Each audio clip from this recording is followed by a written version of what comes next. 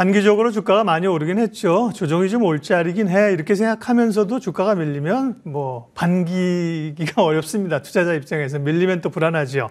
오늘 시황 해설은 현대차증권 투자전략팀 이재선 연구위원과 함께하겠습니다. 어서 오십시오. 네, 안녕하세요. 주제는 지난주에 이제 FOMC도 끝났고 분위기 좋아졌는데 금요일 날 이제 고용이 너무 좋게 나와가지고 부담스러워서 어떻게 해석하고 어떻게 전략을 세울까가 관심사입니다. FOMC는 무난히 지나갔고요. 고용지표 말씀드린 것처럼 너무 좋게 나와서 걱정이고 2월 14일 날 소비자 물가지수, 그다음에 제롬 파월 의장이 또 현지 시간 7일 내일 또 뭐 발언들이 좀 있고 이래서요. 긴장감은 좀 높아집니다. 2월 향후 시장 흐름 어떻게 보세요? 일단 뭐 결론부터 말씀드리자면 2월 구간은 사실 1월 달에 너무 좋은 장세를 겪다 보니까 숨고르기를 할 때가 됐는데 네. 사실 이제 너무 좋은 또 고용 지표가 좀 단기 차익 실현의 빌미를 제공을 해줬다라고 보시면 될 것 같고요. 상대적으로 밸류에이션 부담이 전반적으로 지금 다 지수 레벨대에서 높은 상황입니다. 그렇기 때문에 1월의 그 단기적인 랠리보다는 저희는 이제 2월 달 중에는 사실 종목장, 이제 순환매 장이 전개될 가능성이 높다라고 생각이 들고 있고요. 네. 일단 고용지표 간단하게 리뷰를 말씀드리자면은 고용자 수가 시장 대비해서 굉장히 잘 나왔습니다. 시장 컨센서스 같은 경우를 보자면 한 18만 개를 예상을 했었는데 이제 결과를 이제 공개를 하고 보니까 거의 한 53만 개, 한 이제 그 시장 예상치 대비 한 3배 정도 가까이 이제 증가를 한 수치였는데요. 그래도 시장의 하방 압력은 그렇게 크지만은 않았다라고 저는 생각이 들고 있는 게 이제 동시에 발표된 노동시장 참가율이 소폭 반등을 했고 특히나 임금 상승률의 뚜렷한 이제 상방 압력이 높지는 않았습니다. 전월 대비 0.3% 개선 이제 증가를 하면서 사실 시장 예상치에 그치는 부분을 나타냈고요. 그렇기 때문에 이제 지금은 사실 작년 대비해서 고용 지표가 좋게 나와도 시장이 더 이상 안 좋게 해석할 여지는 그렇게까지는 점차 크지만은 않을 것으로 생각이 들고 있고요. 향후 근데 2월 증시를 보자면 아까 제가 서두에서 말씀드렸다시피 우리나라도 그렇지만은 뭐 미국도 그렇고요. 글로벌 증시 전반적으로 이익 하향 조정이 지속되고 있는 구간입니다. 그렇기 때문에 1월 증시 레벨이 좀 많이 높아지면서 밸류에이션이 전반적으로 5년 평균치 대비해서 모두 다 상회하는 이제 그림을 보여주고 있기 때문에 사실 지수 레벨 때는 조금 숨고르기 국면이 필요하다라고 생각이 들고 있고요. 일단 CPI 지표가 이제 다음 주 14일 날 발표가 되는데 그 전까지는 뭐 뚜렷한 경제 지표, 이제 시장 영향력을 행사할 경제 지표라든지 내지는 뭐 큰 이벤트들이 많이 없습니다. 그렇기 때문에 사실 시장도 그렇게까지는 이제 변동성이 크지만은 않은 이제 조금 횡보하는 구간에서는 계속해서 머무를 것으로 예상이 되고 있는 상황이고요. 네, 대체적으로는 조금 이제 순환매 양상으로 보셨습니다. 그러게요. 사실 시장의 큰 관심은 이제 물가 금리에서 뭐 경기나 실적 쪽으로 좀 옮겨졌는데 그럼에도 불구하고 이제 후속적으로 나오는 얘기들이 뉴스는 되고 있는 거죠. 그러면 이제 결국 실적을 체크해야 될 텐데요. 기업의 이익들은 미국은 뭐 빅테크 기업들이 실적을 거의 발표했습니다만 등락이 있었지만 대체적으로 좀 부진했다는 평가고 국내 기업들은 지금 실적이 계속 낮아지지 않습니까? 그런데 주가는 사실은 선반영해서 오르기도 하고요. 그렇죠.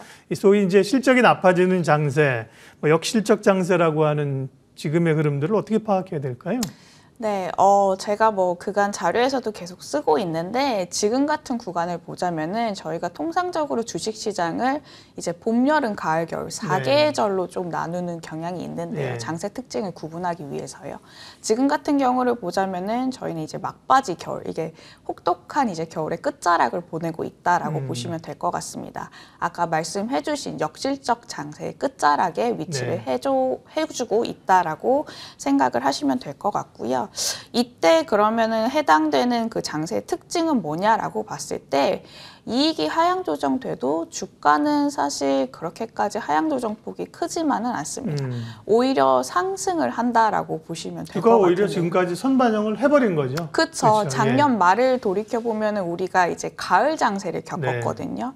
이제 역금융 장세가 사실 주가를 저점을 이제 형성을 하는 장세라고 보시면 될 것 같고, 이익이라든지 사실 경제 지표는 후행적으로 반영되다 보니까 뒤늦게 이제 좀 점차 이제 떨어지는 국면. 근데 증시는 또 이제 역설적으로 또 선행적으로 이걸 반영을 하기 때문에 경기가 이제 둔화가 된다라고 하면은 뭐 중앙은행들이라든지 이제 글로벌 이제 정책들이 사실 좀 부양적으로 바뀔 가능성이 향후에 높잖아요.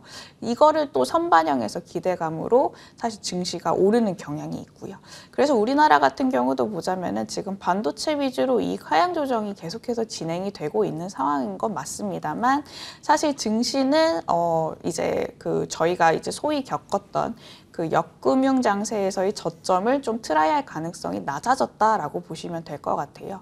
지금 시장 같은 경우도 보자면은 소비랑 고용이 너무 좋아서 작년에는 사실 해석을 조금 부정적으로 했었었는데, 이미 연준의 금리 인상 터미널 레이트가 5% 그 이상 수준대까지 올라가지는 않고 있는 상황이고요.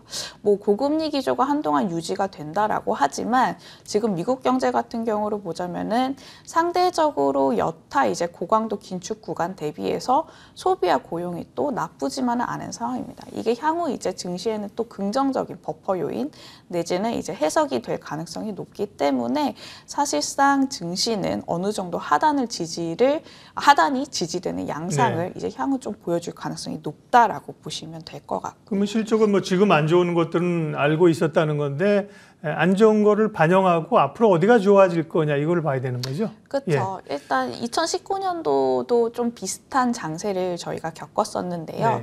대표적으로 제가 이제 아까 반도체를 말씀을 드렸는데, 반도체 업종도 보자면 2019년에 가장 먼저 이익 하향 조정이 시작이 됐었고, 또 이익 조정 폭이 상당히 이제 가파르게 진행이 됐었습니다.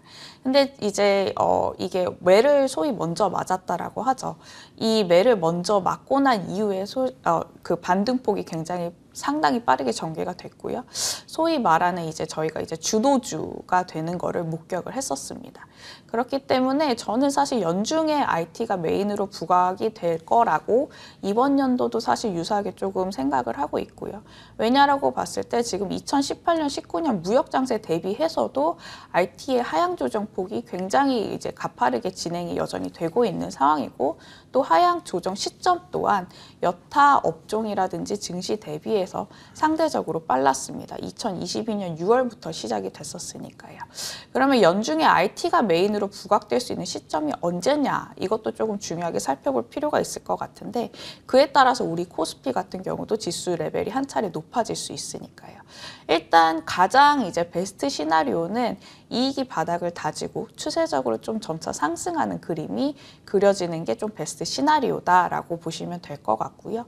그 전에 트리거 포인트가 또 한 번 발생할 가능성이 높은 구간은 IT의 이익 하향 조정폭이 여타 업종 대비 상대적으로 좀 더디게 일어나는 점입니다. 근데 아직까지 그 두 가지 시그널은 관찰이 되고 있지는 않은 상황이거든요. 그래서 사실 순환매 장세에 더 무게를 두는 이유가 그 이유라고 보시면 될 것 같습니다. 네. 그러니까 이제 IT는 기본적으로 반도체가 이제 포함이 돼 있는 거겠죠? 네, 그렇죠. 네. 반도체와 IT 하드웨어 중심으로 이제 보시면 될 것 같습니다. 그러면 이제 실적이 좀 돌아 나오는 걸 확인을 해야 되는데, 반도체만 보더라도 사실은 뭐 1분기에 극적으로 돌아 나온다고 보기는 좀 어려운 거 아닌가요? 그러면 한 2분기 정도는 좀 확인을 해야 되나요? 시차적으로 보자면은 네. 사실 1분기 말 내지는 2분기 초부터는 반도체 턴어라운드 네. 가능성이 좀 높다라고 보시면 될 것 같고요. 이게 또 우리나라 수출 이제 증가율과 좀 동행하는 측면이 있기 때문에 기저 효과를 감안해서라도 이제 시차는 사실 그때쯤에는 한 번 더 다시 확인을 해봐야 되지 않은가라고 생각을 하고 있습니다. 그때쯤 돼서는 이제 5월달 이제 연준의 그 금리 인상 터미널 레이트가 종료되는 시점도 좀 맞물리는 구간이거든요. 따라서 뭐 1분기 때는 바닥을 다지는 장세를 이제 펼칠 가능성이 높지만 저희가 2분기를 넘어가서는 사실 좀 증시의 방향성을 다시 한번 좀 긍정적으로 점검을 해봐야 되는 시간이 되지 않을까라고 생각을 하고 있습니다. 네, 결국은 이제 이익이 돌아 나오고 기대감이 있으면 핵심적인 우리 수출주 IT 반도체가 중심에 서면서 지수를 끌고 갈 것이다. 그 밖의 섹터 가운데는 좀 이익으로 보면 선방을 하거나 좀 좋아지는 또 섹터는 어디가 있을까요? 지금 대부분의 이익 추정치가 12months 포워드로 땡겨서도 하향 조정이 되고 있는 상황이지만 아까 제가 말씀드렸다시피 그 역실적 장세 끝자락 구간에서는 공통적인 특징이 그 내년에 대한 또 이익 기대감을 땡겨서 좀 기저효과를 반영을 한다라고 보시면 될 것 같아요. 그러니까 기저효과, 즉 이제 그 증가율 자체가 높게 나오는 업종이 사실 주가의 그 상승폭이라든지 이런 외인 수급이 좀 상대적으로 개선되는 경험이 있었거든요. 그 IT 업종도 사실 2019년에도 그랬고 지금도 약간 유사한 패턴으로 전개가 되고 있고요. IT를 제외한 나머지 업종을 보자면은 이제 총 9개 업종이 그 해당 구간에 포함이 되는데 조선이라든지 화학, IT 하드웨어, IT 가전, 화장품, 호텔, 소프트웨어, 유통, 미디어로 좀 압축이 될 수가 있을 것 같아요. 그 중에서도 이제 저는 좀 2차적으로 재압축을 해봤는데 외국인 지분이 2022년 이제 대비해서도 여전히 낮은. 그러니까 외국인들이 다시금 우리나라 증시에 관심을 갖게 된다면은 들어올 가능성이 수급 측면에서 약간 빈집이라고 하죠. 소위 저희가 이제 빈집이 차오를 가능성 업종이 어떤 게 있냐라고 봤을 때 중국 리오프닝 관련된 테마주는 화장품, 성장 테마 중에는 소프트웨어, 게임, 경기 회복 관련주에는 IT 하드웨어, 또 지금 2024년도에도 적자 감익이 예상이 되고 있지만 이 감익폭 자체가 개선되는 디스플레이 업종 내에서 또 순환매 관점에서는 외국인들의 긍정적인 수급 개선을 좀 기대를 해볼 수가 있겠다라고 보시면 될 것 같습니다. 네. 뭐 이익은 이제 이익과 기대는 사실 미래를 보는 거죠. 그러니까 이제 미래 이익을 추정하는데 올해 2023년 말로 보면 이익이 좋아지는 게 눈에 안 보일 거거든요. 그러니까 어쨌든 2024년을 보고 좋아질 걸 비교할 수밖에 없는 뭐 일견 또 흐름들이 이해가 됩니다. 그런가 하면 어쨌든 간에 지금 얘기한 것도 약간 뭐 가치주, 실적주 성격인데 최근에 네이버, 카카오나 이런 게 미국의 빅테크 오르고 금리 인상 속도 좀 멈췄다 하면서 굉장히 가파르게 올라오는데요. 이런 기업들은 어떻게 추세적으로 볼 수 있습니까? 아니면 뭐 매우 강한 단기적인 그 키 맞추기 반등 정도로만 봐야 되나요?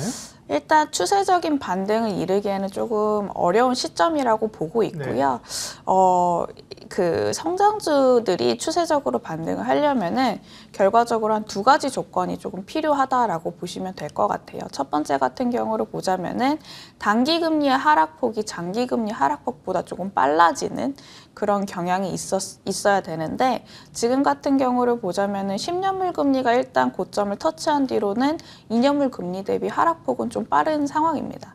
근데 이게 사실 2년물 금리가 더 하락폭이 빨라야지만 즉 이제 연준의 통화 정책이 사실 조금 부양적으로 내지는 도비시한 스탠스로 변화가 돼야 되지만 성장주들에게 유리한 조건을 조금 갖추는 그 환경으로 조성이 될 수 있겠다라고 보시면 될 것 같아요. 왜냐하면 이제 뭐 할인율에 민감한 게 또 성장주니까요. 또 이제 두 번째 조건 같은 경우를 보자면은 실질금리가 추세적으로 하락하는 게 좀 중요할 것 같은데 이 실질금리 추세적으로 하락하는 포인트는 결과적으로 또 미 연준의 양적 긴축이 중단돼야 되지만은 조금 추세적으로 하락하는 게 잡히지 않을까라고 생각은 들고 있습니다. 이 고점 대비해서 레벨이 점차 낮아지고 있기는 하지만 사실 추세적인 이제 하락보다는 지금은 조금 단기적으로 또 횡보하는 국면에 진입을 했거든요. 그러면은 양적 긴축이 언제쯤 중단되는지에 대해서 좀 살펴볼 필요가 있을 것 같은데 아직까지 연준이 그 구체적인 시그널은 보여주지는 않고 있습니다. 다만 이제 저는 하반기에 가서는 경제의 그 둔화 우려를 반영을 하기 시작을 하면서 오히려 좀 부양적인 스탠스를 내비칠 가능성도 있기 때문에 이제 성장주 같은 경우를 보자면은 단기적인 순환매 가능성은 상반기 때는 뭐 여타 이제 2년물 금리가 조금씩 레벨이 낮아지면은 겠지만 결과적으로는 상반기보다는 하반기가 좀 더 편안해 보인다라고 생각이 들고 있고요. 네. 그렇게 보시면 될 것 같습니다. 그럼 마무리 좀 하겠습니다. 기본적으로 이제 실적이 그래도 턴어라운드하면서 좋아질 아까 이제 업종 섹터를 보여주셨고요. 또 리포트에서 뭐 지금 진입해봐도 될 만한 섹터도 말씀하시는 동안 저희가 표로 보여드렸습니다. 뭐 겹치는 부분도 있고요. 뭐 낙폭과대 또 소비재. 전략 좀 마무리해 주십시오. 기본적인 시장 전략, 섹터 전략까지요. 네. 네, 일단은 아까 제가 성장주의 단기적인 로테이션 가능성도 이제 좀 열어둬야 된다라고 말씀을 드렸는데 저희가 1월 달에 그 소위 말하는 이제 우량주, 저PBR 업종, 은행이라든지 철강 같은 업종이라든지 내지는 또 낙폭과대주들이 한번 돌았습니다. 이제는 사실 그러면 시장이 기대할 만한 부분이 뭐냐라고 봤을 때 결과적으로 연준이 이제 도비시한 스탠스로 점차 이제 전환이 되면서 인플레이션 압력이 둔화되는 것을 확인하면서요. 2년물 금리가 이제 10년물 금리 하락폭보다 좀 빨리 떨어지는 경험을 이제 할 것 같거든요. 상반기 중에서는. 그러면은 다음 스테이지가 뭐냐라고 봤을 때 저는 대형 성장주들이 그 IT주가 이제 본격적인 주도주 준비를 하기 전에는 한 번 더 돌 가능성이 있다라고 생각을 하고 있습니다. 그렇기 때문에 지금 조정 구간에서는 사실 대형 성장주를 이제 조금씩 담아도 내지는 분할 매수 관점으로 좀 바라봐도 되지 않을까라는 전략이 또 한 번 좀 생각해 볼 이제 전략이 중에 하나라고 생각이 들고 있고요. 증시에서 이 개념 단어 규정이 굉장히 좀 어려운데요. 그러면 대형 성장주라 하면 지금 말씀하신 건 어떤 류의 주식들입니까? 아까 말씀드린 네. 뭐 네이버라든지 카카오가 있는 것 같고요. 네. 또 이제 게임 업종도 이제 대표적인 성장주 중에 하나인데 이제 네. 그 게임 업종의 뭐 대표적인 그 대형 업종 뭐 NC소프트라든지 이런 업종을 좀 살펴볼 필요도 있을 것 같다라고 네. 보시면 될 것 같습니다. 기본적으로 어쨌든 IT가 끌고 가는 장이 나올 걸로 예측을 하고 있고 그래야 사실 지수가 한 단계 레벨업이 되지 않겠습니까? 네. 근데 그런 공백이 있다고 하면 지금 말씀하신 성장주 단에서의 대형주들 이런 것들도 일정 부분 키 맞추기 할 수 있다. 참고하겠습니다. 오늘 전략은 현대차증권 투자전략팀 이재선 연구위원 함께했습니다. 고맙습니다. 네, 감사합니다.